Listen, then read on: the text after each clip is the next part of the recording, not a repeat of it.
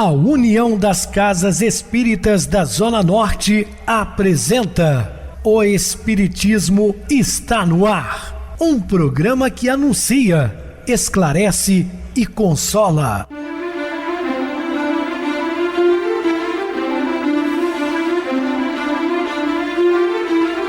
Não se turve vosso coração.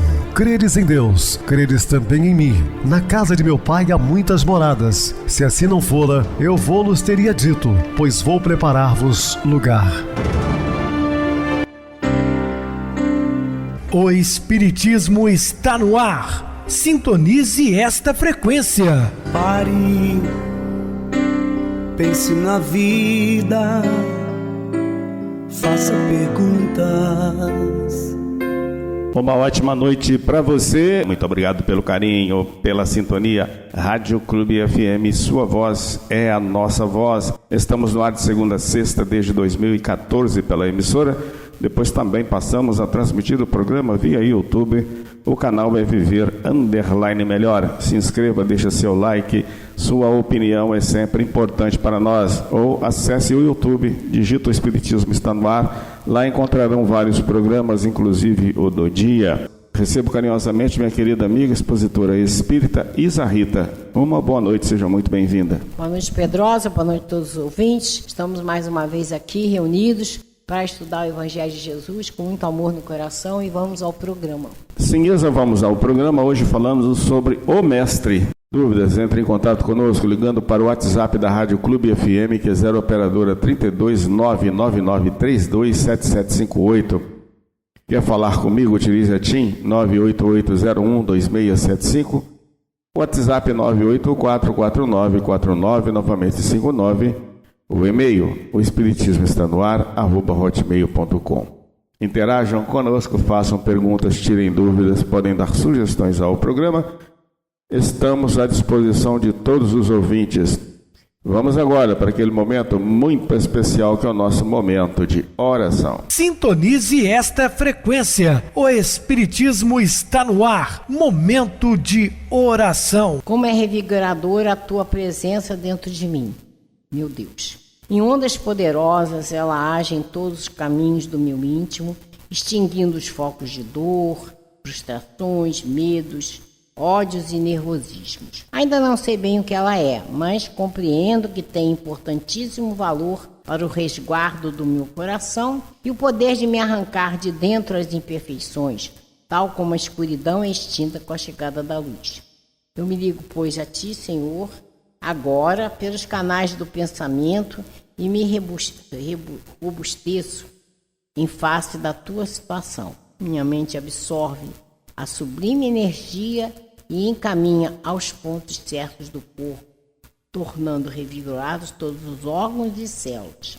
Estou plenamente convicto de que Tu, Senhor, me preenches de saúde, de alegria e de paz. E isso me faz ficar preparada para a vida abundante.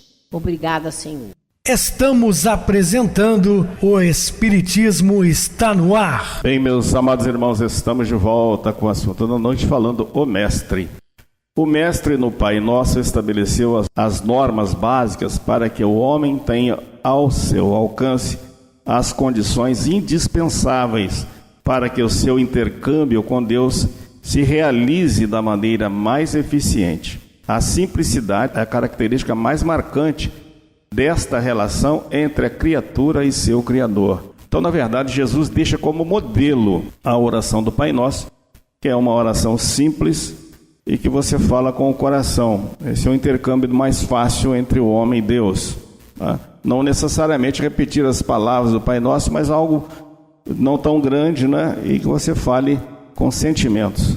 O ser humano, contudo, se encarregou de desvirtuá-la e de corrompê-la, submetendo-a a um verdadeiro cipoal de formalidades inúteis, além de fomentar e cultivar a condenável prática das longas e complicadas preces ou das vãs e enfadonhas repetições numa demonstração irretorquível de sua atração pela cadeira de Moisés. Claro que essas preces longas, não faz bem, não soma, porque a pessoa perde no raciocínio, enfim, fica aquela coisa maquinal. Cristo mesmo adverte, não é por muito falares que sereis ouvidos. Ou seja, não é a multiplicidade de palavras, mas os pensamentos verdadeiros, né? Trata-se de experiente, de incontestável mau grado, isso mesmo, não, mau gosto comum, até mesmo entre inúmeros companheiros da doutrina. Alguns, não obstante a boa intenção de que se acham possuídos,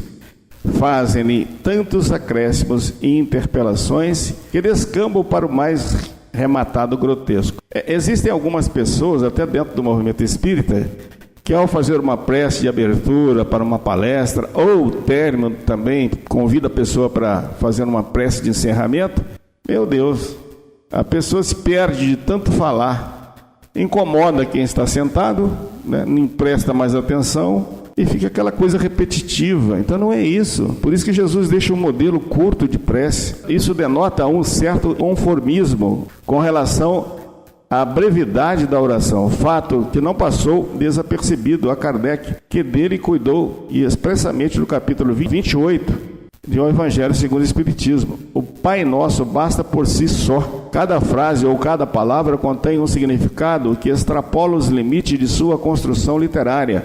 Projetam-se para os horizontes mais amplos e claros e revelam, sobretudo aos que dispõem a fazer da prece uma reflexão mais profunda e uma forma mais consciente de ligação com Deus, um sentimento eivado da mais doce e suave consolação e reconforto moral. Portanto, Kardec vem reforçar o que Jesus já tinha nos ensinado.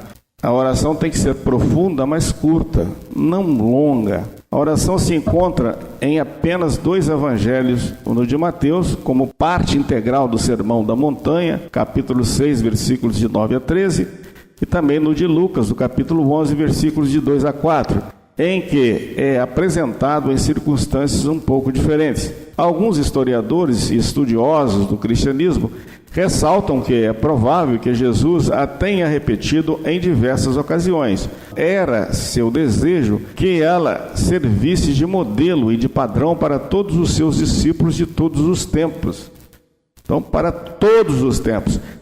Aventam em face disso a possibilidade de a ter ensinado em outras oportunidades que não foram registradas pelos evangelistas, o que nos parece inteiramente irrelevante, pois em nada altera a sua importância e superioridade diante das demais orações inventadas pelos homens.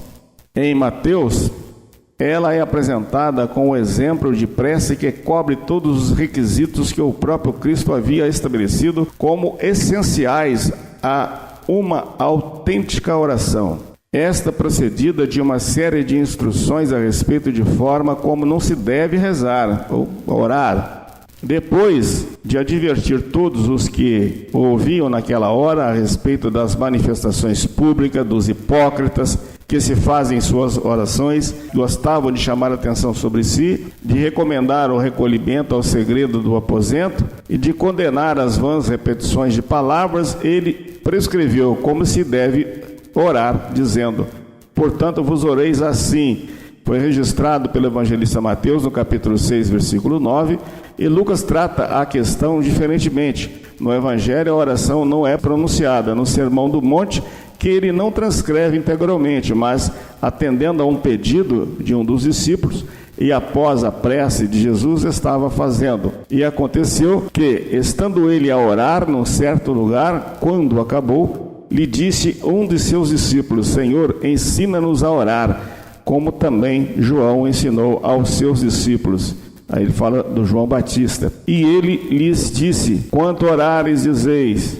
Então, não useis de vãs repetições, como fazem os gentios, que por muitos falares sereis ouvidos, né? Não oreis nas praças públicas, chamando a atenção dos judeus que oravam em pé nas sinagogas, para ser visto e glorificado pelos homens. Então, Jesus ensina a maneira correta de orar. A forma como é apresentada é mais breve do que aquela que se encontra em Mateus, mas não há, quanto à sua essência, nenhuma alteração de maior significado. Nela, como hábito, Jesus dirige a Deus, destacando a sua qualidade de Pai de todas as criaturas, quando ele fala Pai Nosso. Uma das características mais notáveis de sua pregação e de seu messianato foi a de modificar a ideia até então predominante entre todos os povos, até mesmo entre os judeus, do Deus antropomórfico, criado e alimentado pela ignorância do homem. Aquele Deus que era todo-poderoso, irracível, raivoso, para o Deus amor. Deus era, sob qualquer forma, uma visão com que se apresentasse sinônimo de desamor, de violência, de irritabilidade, de preferências descabidas, de egoísmo, de vaidade, enfim, em dose superlativa de todos os defeitos próprios do ser humano. Identificá-lo com a imagem de um pai implicava ou impedia um exercício mental que se colocava ou se coloca muito distante da capacidade intelectiva da humanidade. Monteiro Lobato, no prefácio de Afinal, Quem Somos?, obra escrita por Pedro Granja, afirma que a ironia que lhe era peculiar, que o Deus comum, antropomórfico, feito à imagem e semelhança do homem, é uma criação tão pobre que faz sorrir. Não há qualidade ou defeito humano que esse Deus não tenha. Vemo-lo então odiento, como um racista, no feroz Jeová bíblico. Aparece sadista, como um inquisidor dominicano, no Deus de Filipe II. E no Moloch dos cartagineses, temo-lo como precursor dos maestros da tortura de Buchenwald. Então, essa concepção, lamentavelmente, ainda não desapareceu da cultura religiosa dos povos, porque persiste o costume de se falar em povo eleito, um povo privilegiado de Deus, em castigo divino, em temor de Deus e principalmente em vontade de Deus, como sinônimo de capricho ou de interesses objetivos nem sempre bem definidos, Então, a gente tem que tomar cuidado, Porque Deus deixou bem claro, não existe privilégio, Deus olha todos os homens por igual, não existe castigo, Deus nos dá a possibilidade do crescimento espiritual de uma forma igualitária. Fomos criados simples e ignorantes, E que cada um de nós tem a possibilidade de crescer espiritualmente, mas por suas obras, Por seu esforço. Não há privilégio. Essa concepção, lamentavelmente, ainda não desapareceu, como nós vimos, Então, nós temos que nos esforçar para fazermos diferente. Deverá progressivamente, na medida em que se operar a evolução da humanidade, ceder lugar a uma outra que se encontre em melhor harmonia e sintonia com a doutrina de amor pregada e vivenciada pelo Cristo. Então compete ao Espiritismo a árdua e inestimável tarefa de abrir as picadas, ou seja, abrir caminho, construir e solidificar os caminhos que conduzirão a tal resultado, principalmente em virtude da sua total e absoluta fidelidade aos princípios evangélicos, dos quais não poderá jamais se afastar, sob pena de deixar de ser Espiritismo. Não há espiritismo distanciado ou ausente do Evangelho. Nele, Jesus não se cansa de demonstrar o amor de Deus para com todos os homens, dentro da relação pai e filho. Então a gente vê que a parábola do filho pródigo revela esse sentimento em toda a sua dimensão.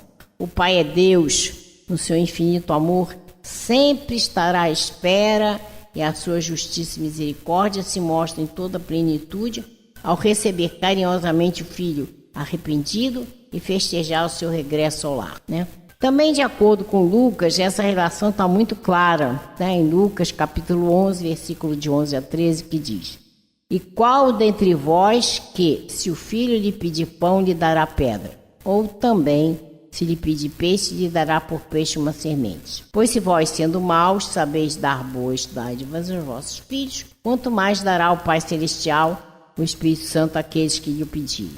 Em face disso, relembremos Emmanuel, que em sua singela e profunda sabedoria nos ensina através da mediunidade de Francisco Cândido Xavier que a mais elevada concepção de Deus que podemos abrigar no santuário do Espírito é aquela que Jesus apresentou. E nolo, revelando Pai amoroso e justo, à espera dos nossos testemunhos de compreensão e amor. Então, Emmanuel nos chama atenção. Nós temos Jesus apresentando um caminho para que a gente possa ir ao encontro do Pai. Marcos capítulo 4, versículo de 36 a 39. E eles, deixando a multidão, o levaram consigo, assim como estava no barco, E havia também com ele outros barquinhos. E levantou-se grande temporal de vento, e subiram as ondas por cima dos barcos, de maneira que já se enchia. E ele estava na popa dormindo sobre uma almofada, e despertaram, dizendo: Mestre, não se te dá, pereçamos? E ele, despertando, repreendeu o vento e disse ao mar: Cala-te, aquieta. E o vento se aquietou e houve grande bonança. Mateus, capítulo 8, versículos 23 a 27. Marcos, capítulo 4, versículos 35 a 41. E Lucas, capítulo 8, de 22 a 25, narram de forma quase que idêntica um dos diversos acontecimentos excepcionais que marcaram a presença de Jesus entre nós, que foi a tempestade que ele amainou no mar da Galileia. Esse caráter extraordinário foi que, desde o início, despertou a maior atenção de todos para o fato, relacionado entre seus inúmeros chamados milagres. Milagre não existe. Em torno dele criou-se um misto de curiosidade, surpresa e mistério. Então, a própria linguagem utilizada pelos evangelistas serviu para aumentar o seu aspecto misterioso e inusitado, principalmente no tocante à repreensão que Jesus fez aos ventos e à água. Em Lucas, capítulo 8, versículo 24, que diz: Então, levantando-se, repreendeu o vento e o mar e seguiu-se uma grande bonança. No caso aí, desculpem, foi Mateus 8, 26.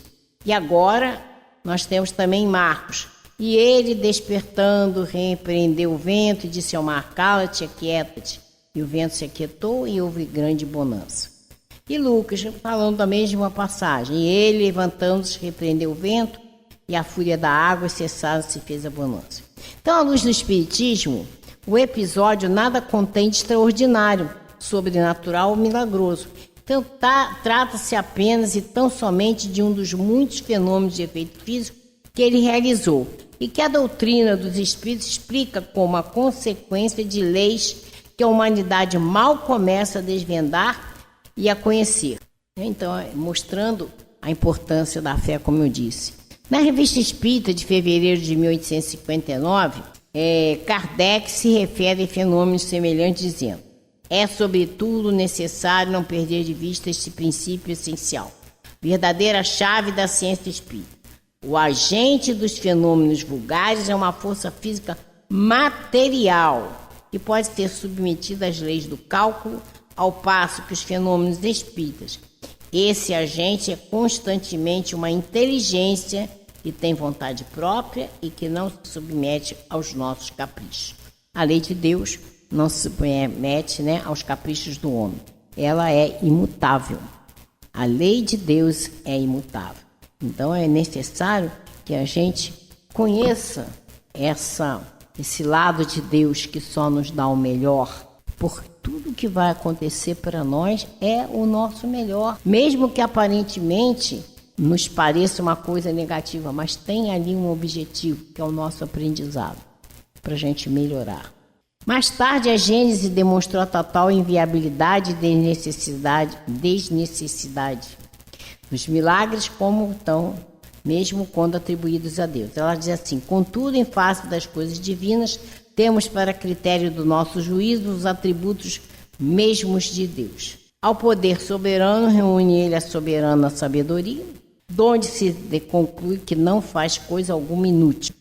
Por que então faria milagres? Para testar o seu poder, dizem, mas o poder de Deus não se manifesta de maneira muito mais imponente pelo grandioso conjunto das obras da criação, pela sábia previdência que essa criação revela, e sim nas partes mais gigantescas, como nas mais mínimas, e pela harmonia das leis que regem o mecanismo do universo, do que por algumas pequeninas e pueris derrogações que todos os préstimos sabem imitar.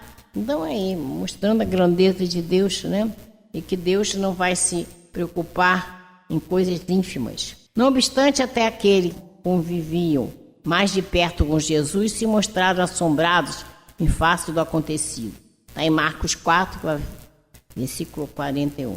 E sentiram um grande temor e diziam uns aos outros: Mas quem é este que até o vento e o mar lhe obedecem. Então, ainda hoje, grande parcela da humanidade ignora e não compreende Jesus, o alcance e a razão da sua vinda ao mundo e, principalmente, o sentido da mensagem que ele nos legou.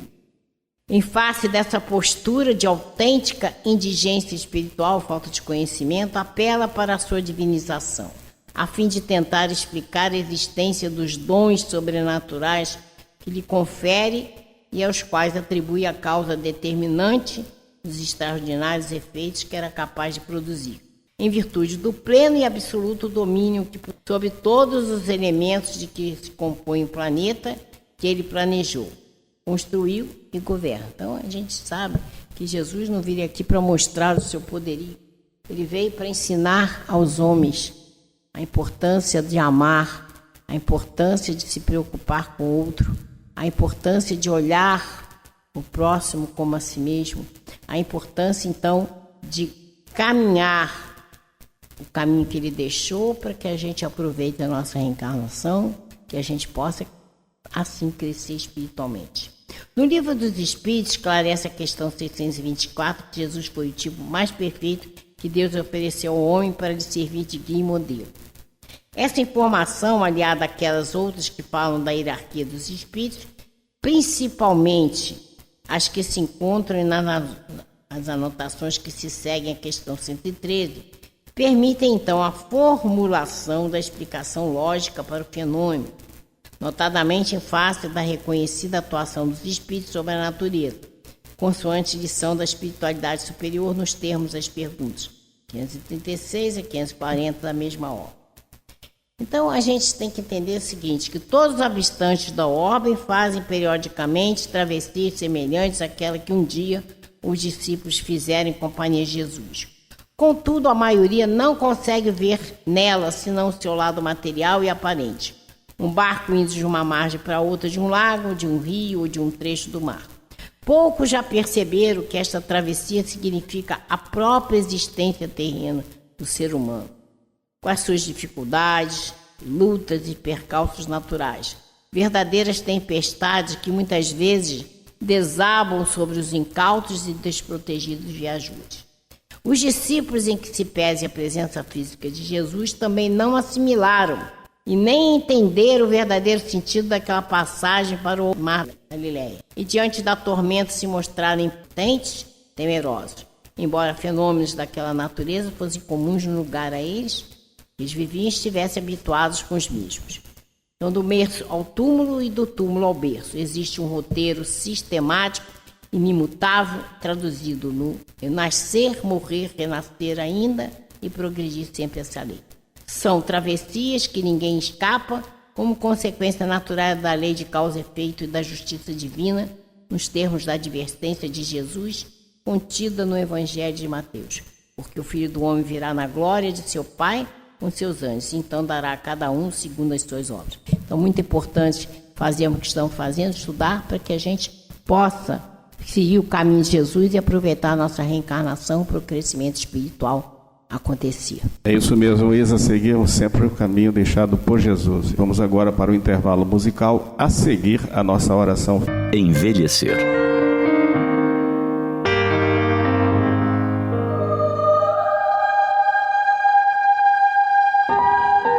Era uma mulher linda, infeliz, porque seu maior pavor era perder o que considerava inigualável, um bem supremo, sua beleza. Atormentava-se desde muito jovem, olhando-se ao espelho, procurando a mínima ruga, uma primeira dobra na pele lisa. Com o tempo, apresentaram-se as pequenas rugas, algumas manchas na pele rosada. Embranqueceram os cabelos, exigindo-lhe cuidados constantes a fim de escondê-los. Quando alcançou os 60 anos, se tornara uma pessoa resmungona, que odiava o fato de estar envelhecendo. As pessoas lhe diziam que aparentava ter menos idade. E, embora fosse verdade, ela não acreditava. Um amigo mais sábio lhe sugeriu: tente imaginar que você está conquistando a maturidade e não perdendo a juventude. Inútil a argumentação. Aquilo não lhe parecia natural. decidiu recorrer às cirurgias plásticas. As primeiras a que se submeteu lhe fizeram bem. Removeram-lhe traços amargos, sinais de cansaço prematuro. Entretanto, o médico, criterioso, sugeriu que aguardasse um pouco para outras intervenções. Seria importante deixar a natureza agir, o corpo descansar. Ela decidiu não seguir seus conselhos. Buscou outros profissionais que fizeram suas vontades sem restrição alguma. Dessa maneira, excedeu seus próprios limites. Em verdade, o que lhe faltava era amor a si mesma, porque continuava detestando o que o espelho lhe mostrava. Isolou-se, apartou-se das amizades, abandonou as festas. Quando se permitia sair para compras, idas ao shopping, eventualmente a um restaurante, parecia-lhe que todos a apontavam dizendo: lá vai aquela velha. Ela desejava ter o rosto dos seus brilhantes 18 anos. Queria que o tempo tivesse congelado naquele ano. Suas tantas cirurgias a transformaram. Mudaram os contornos dos olhos, o nariz, o queixo, as orelhas. Por fim, nada mais nela era dela. Poder-se-ia dizer que estava irreconhecível. E, contudo, continuava infeliz. Esquecera de viver cada dia com a intensidade que a vida lhe permitia. Usufruir do amor, das amizades, de quem lhe queria bem, avançando nos anos.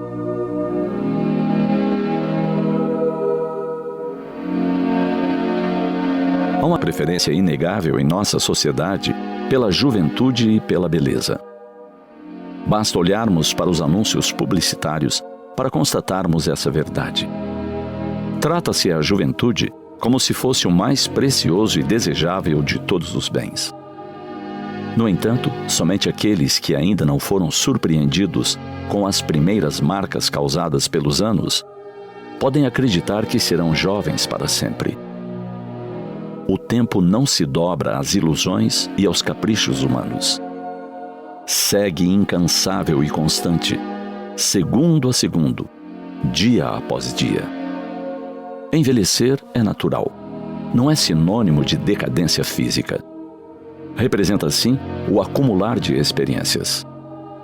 O corpo pode não se valer da mesma forma e da mesma força dos verdes anos, mas o espírito pode conservar o vigor de sempre.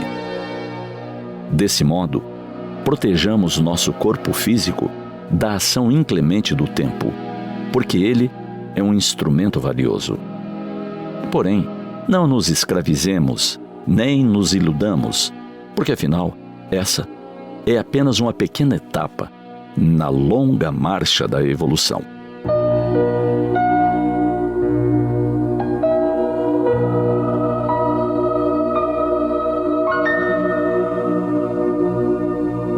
Sintonize esta frequência. O Espiritismo está no ar. Momento de oração. Senhor Jesus, Mestre Divino, pedimos-te, Senhor, mais uma vez, a vossa proteção e misericórdia por todos nós que ainda sofremos neste mundo de provas e expiações. Mas temos a certeza absoluta, Senhor, que estamos no caminho certo, buscando o refúgio em seu Evangelho de amor, que nos liberta e que nos intui a buscar os valores do Espírito imortal. Portanto, Senhor, rogamos mais uma vez a Ti a vossa proteção para nós aqui no programa e todos os nossos queridos irmãos ouvintes. Que a sua paz permaneça conosco para sempre. Graças a Deus. Minha querida irmã Isa Rita, suas despedidas. Boa noite, Pedrosa, boa noite a todos os ouvintes. Pedimos a Deus neste momento que olhe por todos nós, trazendo a paz para cada um de nós, para o Brasil e a paz que o mundo tanto necessita. Saibamos todos os dias, possamos todos os dias fazer uma oração pedindo a paz para o mundo.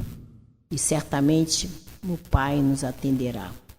Uma boa noite para todos e E fiquem todos com Deus, sob a sua proteção, e até o próximo programa. Boa noite para vocês, muito obrigado pelo apoio aqui no programa. Boa noite também a todos os amados irmãos ouvintes do YouTube, internautas do Brasil, do exterior, nossos irmãos da Zona Norte e de Juiz de Fora, que nos acompanham com a rádio local 87,9 Rádio Clube FM. Continuem ligados, ouvindo a nossa próxima atração, o programa Batidão com o DJ Tico, a seguir na voz de Ailton Moreno, o Encontro Central. Boa noite a todos e até amanhã, se Deus quiser.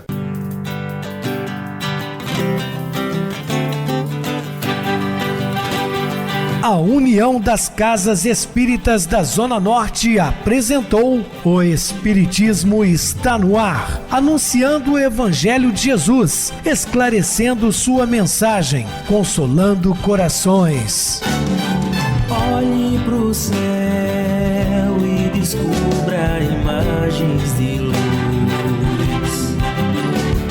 Sinta em Jesus o amor todo que Deus te deu. Pense no bem, no melhor em que pode fazer. Seja o que for, também vai receber. De coração, ajude-me, irmão, a caridade é o caminho do amor. Faça ainda que possa sofrer, pois bênçãos de Deus há de ter. Ame, perdoe e viva melhor a natureza, o céu e o mar. Veja o encanto que a vida nos dá, a chance eterna que temos.